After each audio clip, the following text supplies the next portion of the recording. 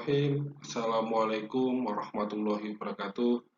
Apa kabar teman-teman semua? Semoga sehat selalu diberikan perlindungan oleh Allah Subhanahu wa Ta'ala, dan diberikan masa depan yang lebih baik. Pada sesi kali ini kita akan membahas terkait dengan estimasi secara statistik. Penelitian pada sampel dapat dilakukan suatu penarikan kesimpulan tentang populasi dari sampel tersebut. Artinya, ketika kita mengambil sampel, kita bisa mengambil suatu kesimpulan berdasarkan populasi yang kita pilih. Karena sampel bisa menggambarkan kondisi atau bisa menggambarkan keadaan dari populasi. Penarikan kesimpulan dapat berbentuk estimasi atau pendugaan tentang satu atau beberapa nilai parameter. Harga-harga parameter terdiri dari mu, dari sigma, dari mu1, min mu2, dari P1, min P2, hanya diestimasikan berdasarkan harga-harga statistik sampelnya. Terdapat beberapa syarat agar estimasi yang dilakukan itu baik atau memiliki estimasi yang sempurna. Yang pertama adalah estimasi tidak boleh bias. Yang kedua, efisien, artinya tidak membutuhkan beberapa metode yang rumit, tidak membutuhkan waktu yang lama, sehingga yang terakhir adalah syaratnya adalah konsisten, karena hasil yang diharapkan adalah memberikan konsistensi data atau konsistensi informasi, sehingga pada dasarnya estimasi yang digunakan memiliki kepercayaan yang baik. Bagaimana cara menduga harga parameter? Harga parameter dapat diestimasi atau dapat diduga dengan dua cara, yaitu terdiri dari interval estimasi atau pendugaan interval, dan yang kedua adalah point estimasi atau pendugaan titik. Keduanya digunakan untuk mengetahui harga parameter. Yang pertama, pendugaan harga min populasi mu. Dalam menduga harga min populasi mu, didasarkan pada pengertian tentang adanya distribusi sampling harga min dengan sifat-sifatnya, yaitu mempunyai min sama dengan min populasinya, mempunyai deviasi standar sama dengan sigma akar n, dan mendekati distribusi normal bila n lebih besar dari 30. Yang pertama terkait dengan interval estimasi untuk mu. Karena n lebih besar 30 atau n sama dengan 30, maka distribusi sampling harga min dapat dianggap mendekati distribusi normal dengan min sama dengan mu dan deviasi standar sama dengan sigma dibagi dengan akar n, atau sigma x bar sama dengan sigma dibagi dengan akar n. Teman-teman bisa melihat di situ ada contoh dari kurva pada interval estimasi untuk mu, di mana mu x bar sama dengan mu. Apabila di tengah kurva normal diambil daerah dengan luas 95%, maka berdasarkan tabel kurva normal, batas luas daerah tersebut adalah Y1 sama dengan min 1,96 dan Y2 sama dengan 1,96. Setelah diubah menjadi kurva normal standar, maka dengan pengembalian daerah 95% di tengah diperoleh Y lebih besar dari min 1,96 dan Y kurang dari min 196. Y sama dengan x bar min mu dibagi dengan sigma dibagi akar n dengan probabilitas 95%, maka x bar adalah min dari sampel random dengan anggota n besar, di mana Y x bar min mu dibagi dengan sigma dibagi akar n akan terletak antara min 1,96 dan 1,96. Atau dengan manipulasi aljabar, maka didapat suatu interval yang memuat mu sebagai berikut. X bar min mu lebih besar dari min 196 sigma per akar n dan kurang dari 1,96 sigma per akar n. Atau secara umum, rumusnya bisa lihat pada layar. Terkait dengan penggunaan confidence coefficient, kita bisa menggunakan 90%, 95%, 98% dan 99%. Kalau 90%, nah maka adalah 1,64, sedangkan 98% 2,33 atau min 2,33, sedangkan yang 99% adalah 2,58 atau min 2,58. Nah, ini terkait dengan penggunaan dari coefficient koefisien. Sebagai contoh, ada sebuah penelitian yang dilakukan untuk mengestimasi rata-rata pengeluaran rumah tangga dalam mingguan, di mana dilakukan secara random terdiri dari 100 ibu rumah tangga. Diketahui bahwa rata-rata pengeluaran ibu rumah tangga sebesar Rp9.600 dengan deviasi standar sebesar Rp160. Maka berdasarkan soal tersebut, kita hitung dengan interval keyakinan 98% untuk pengeluaran per minggu yang dilakukan oleh ibu rumah tangga. Berdasarkan soal tadi, maka N sebesar 100, X bar sebesar 9.600, alfa sebesar 0,02, S sebesar 160, dan Z sebesar 2,33. Nah, maka berdasarkan rumus tadi, kita masukkan angka-angka tersebut, hasilnya adalah bahwa pengeluaran per bulan berkisar antara 9.562,72 hingga 9.637,28. Ini merupakan rata-rata pengeluaran yang dilakukan oleh ibu rumah tangga dengan N sebesar 100. Yang kedua adalah terkait dengan poin estimasi untuk mu. Apabila X bar digunakan sebagai titik dari mu, maka besarnya error atau kesalahan dalam pendugaan adalah perbedaan antara mu dengan X bar, dinyatakan dengan X bar min mu. Bila digunakan coefficient koefisien sebesar 98%, maka error kurang dari 2,33 sigma per akar N atau lebih besar dari min 2,33 sigma per akar N. Ketika probabilitas 98% kesalahan antara terletak pada min 2,33 sigma per akar N hingga 2,33 sigma per akar N. Pada umumnya sigma tidak diketahui, maka S dapat digunakan 2,33 S per sigma akar N. Bila kita menggunakan soal yang sebelumnya, maka X bar sebesar 9.600 digunakan sebagai penduga titik dari mu, maka besarnya kesalahan dalam pendugaan adalah lebih kecil dari 37,28. 37,28 dihasilkan dari 2,33 dikali 160 dibagi dengan akar 100. Yang ketiga yang dilakukan pada pendugaan harga min populasi mu, maka menentukan besar sampel atau mencari N. Bila error dinyatakan sebagai E, maka coefficient koefisien sebesar 95%, yaitu E sama dengan 1,96 sigma dibagi dengan akar N.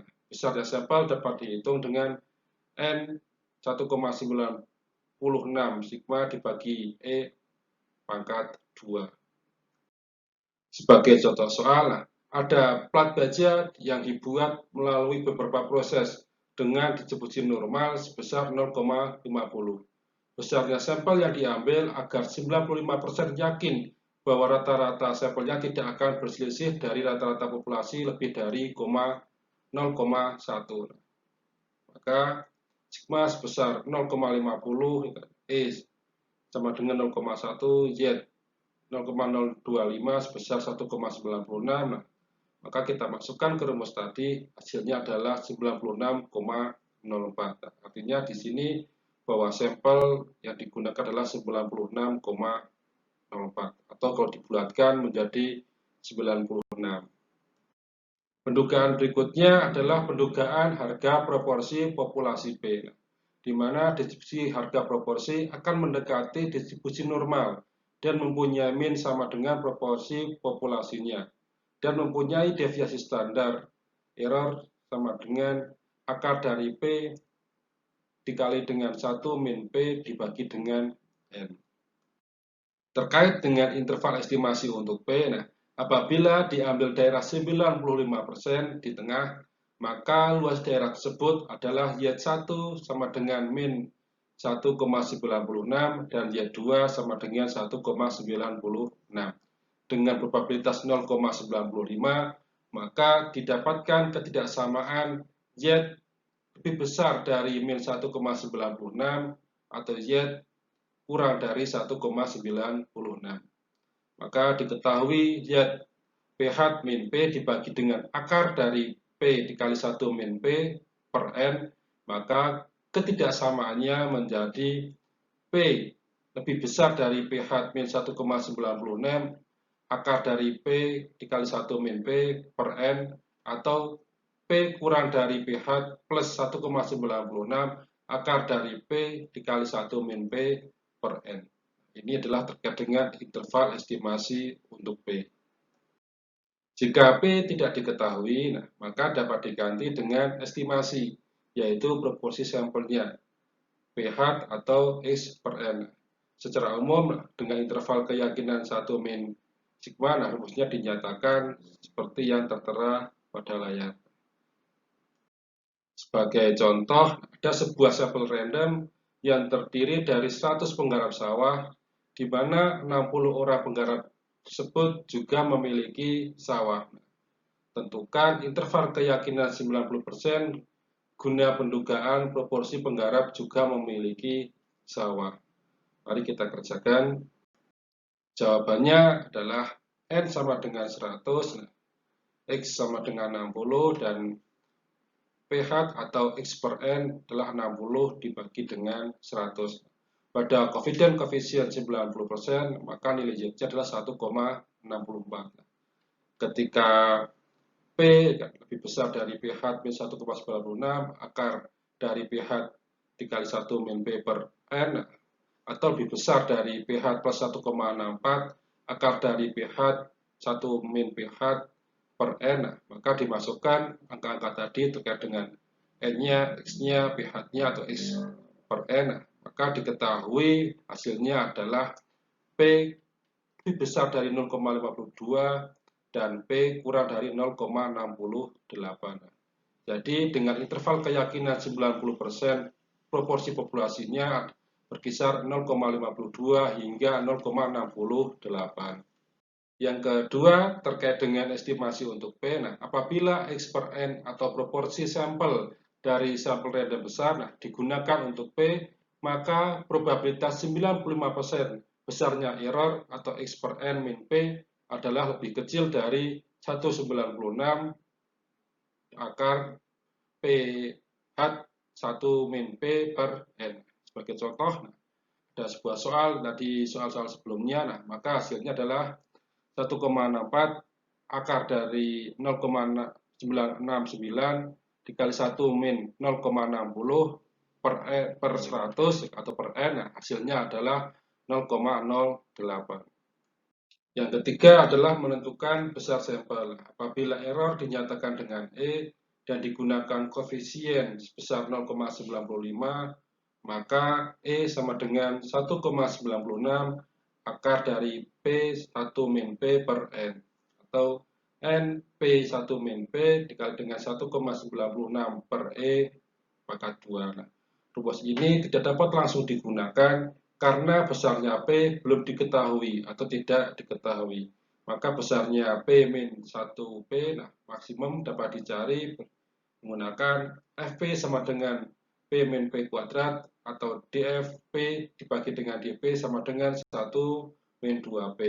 Nilai maksimum diperoleh apabila DFP per DP sama dengan 0.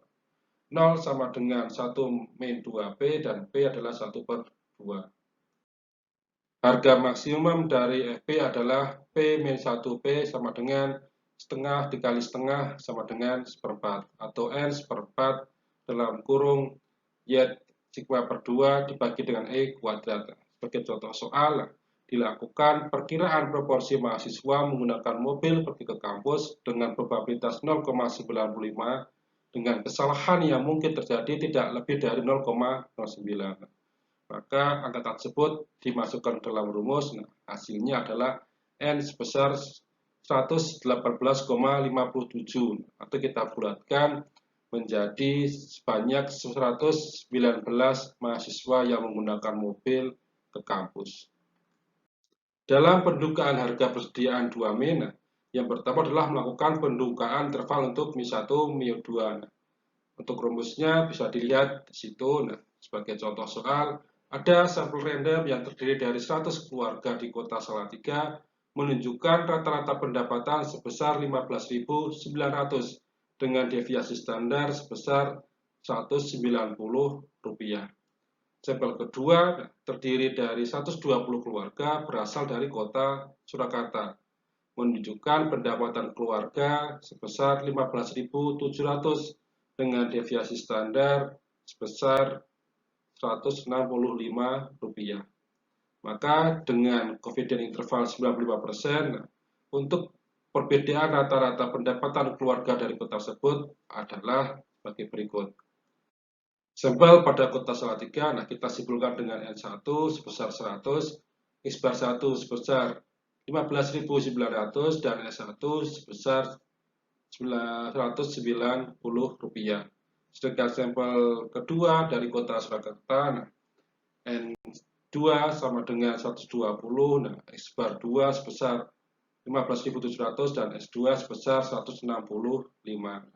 Maka angka tersebut kita masukkan pada X-bar 1 min X-bar 2, hasilnya adalah 200. 200 ini digunakan sebagai X-bar 1 min X-bar 2. Hasil akhirnya adalah yang didapatkan berdasarkan pendugaan interval Mi1 Mi2 kurang dari 247,63 atau lebih besar dari 152,47. Artinya pendapatan keluarga berkisar Rp152,47 hingga Rp247,53. Nah, ini merupakan pendugaan interval untuk 2 Mei. Yang kedua, terkait dengan pendugaan titik untuk 2 Mei. Apabila X-bar 1 min X-bar 2 digunakan untuk pendugaan titik 2 Mei, maka interval keyakinan 1 min alfa besar error adalah lebih kecil dari yat alfa min 2, akar dari sigma pangkat 2 per N1 plus sigma kuadrat per N2. Atau menggunakan contoh soal sebelumnya, kita masukkan angkanya, hasilnya adalah 47,53. Pendugaan berikutnya adalah pendugaan harga perbedaan dua proporsi. Yang pertama terkait dengan penduga interval untuk dua proporsi. Bisa kita lihat pada sebuah kurva. Bila diambil daerah 95% di tengah, maka didapatkan ketidaksamaan bahwa dua proporsi lebih besar dari min 1,96 atau kurang dari 1,96. Untuk rumusnya bisa dilihat di situ atau di layar. Maka kita akan contoh soal, ada sampel random yang terdiri dari 100 mobil yang terdiri dari dua populasi di kota Surakarta dan di kota Salatiga. Di kota Surakarta ada 80 mobil sudah melunasi pajak.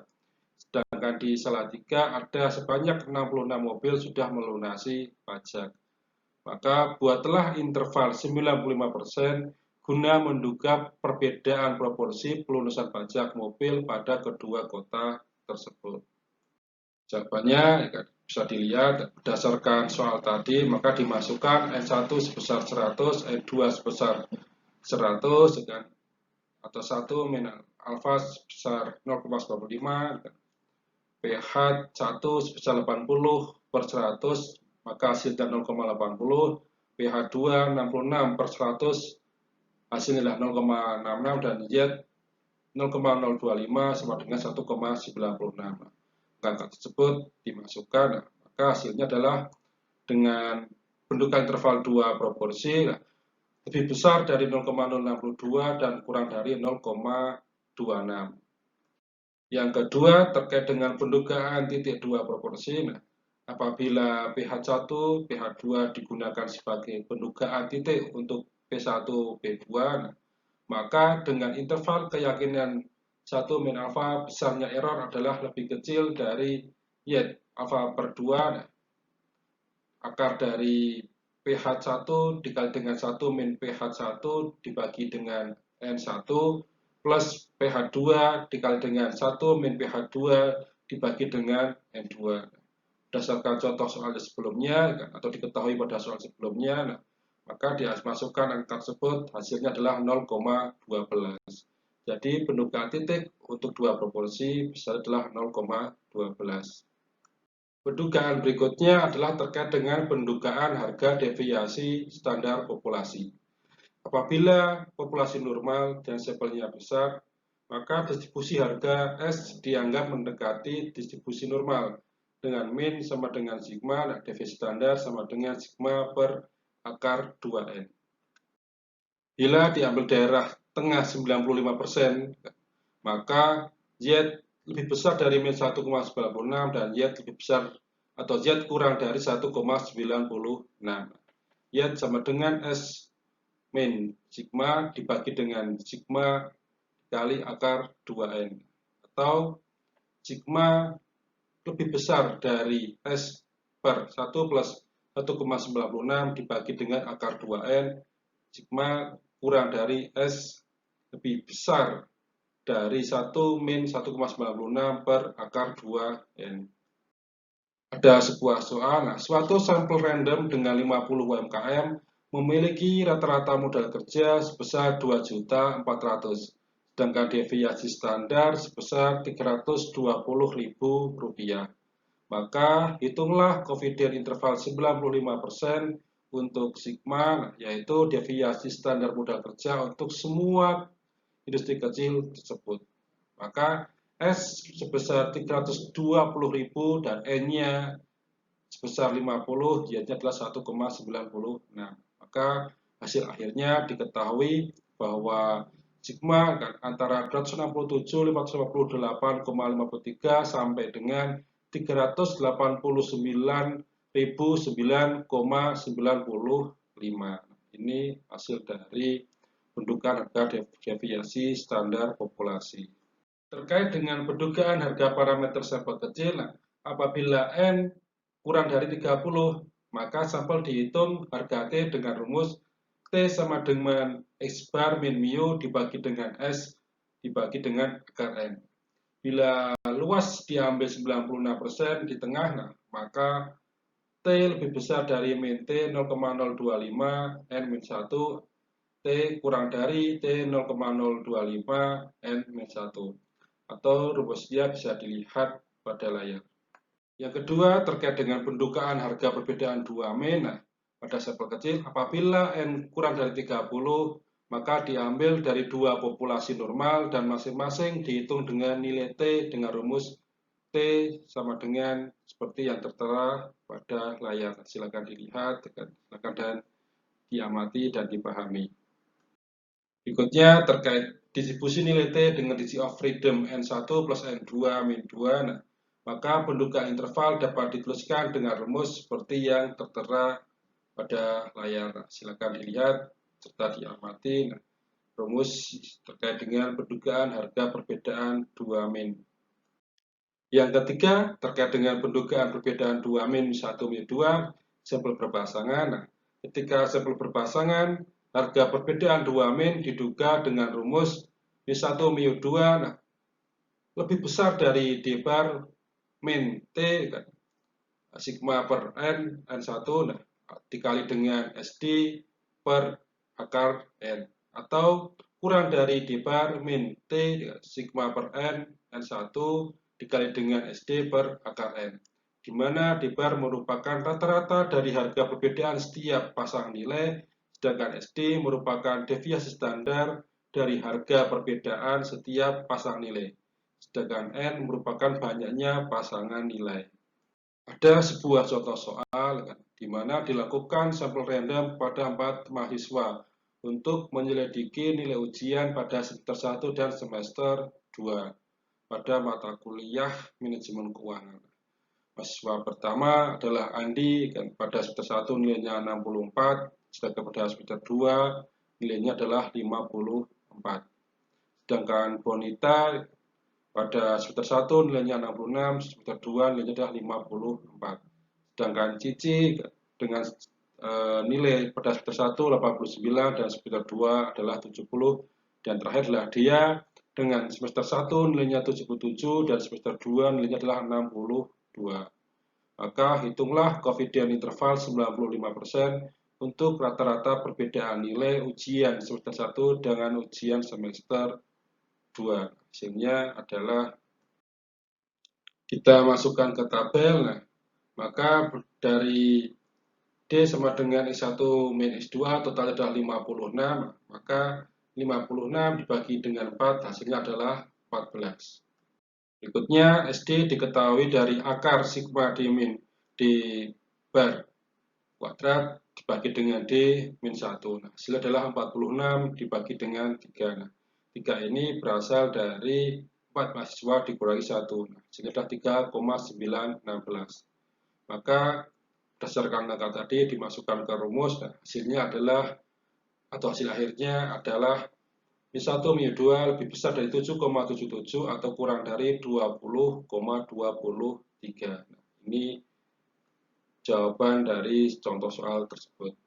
Terkait dengan penyesuaian populasi kecil, apabila populasi relatif besar sekali dibandingkan dengan sampelnya, maka deviasi standar distribusi sampling harga statistiknya adalah sigma X bar sama dengan sigma per akar N, sedangkan sigma PH sama dengan akar dari P kali 1 min P dibagi dengan N, atau sigma S sama dengan sigma per akar 2N. Nah, apabila populasi relatif kecil dibandingkan dengan sampel, atau bila sampel random dipilih dari populasi yang terbatas tanpa pengembalian, maka deviasi standar sampling harga statistiknya adalah sigma X bar sama dengan sigma per akar N dikali dengan akar N min N dibagi N min 1. Sedangkan sigma PH sama dengan akar P1 min P dibagi dengan N dikali dengan akar N min N dibagi dengan N min 1. Sedangkan yang terakhir terkait dengan sigma S sama dengan sigma per akar 2N dikali dengan akar N min N dibagi dengan N min 1. Sedangkan terkait dengan pendugaan harga min mu, nah, harus dinyatakan dengan rumus mu lebih besar dari X bar min Z sigma per 2, nah, dikali dengan sigma per akar 2 dikali dengan PH1 min 1 PH1 dibagi dengan S1 atau kurang dari Y sigma per 2 dikali dengan sigma per akar 2 dikali dengan PH1 dikali 1 min PH1 dibagi dengan S1. Nah, ini adalah rumus dari pendugaan harga min mu. Alhamdulillah pada sesi kali ini kita telah mempelajari estimasi secara statistik. Mudah-mudahan apa yang kita pelajari pada sesi kali ini bisa bermanfaat untuk masa depan yang lebih baik. Terima kasih. Wassalamualaikum warahmatullahi wabarakatuh.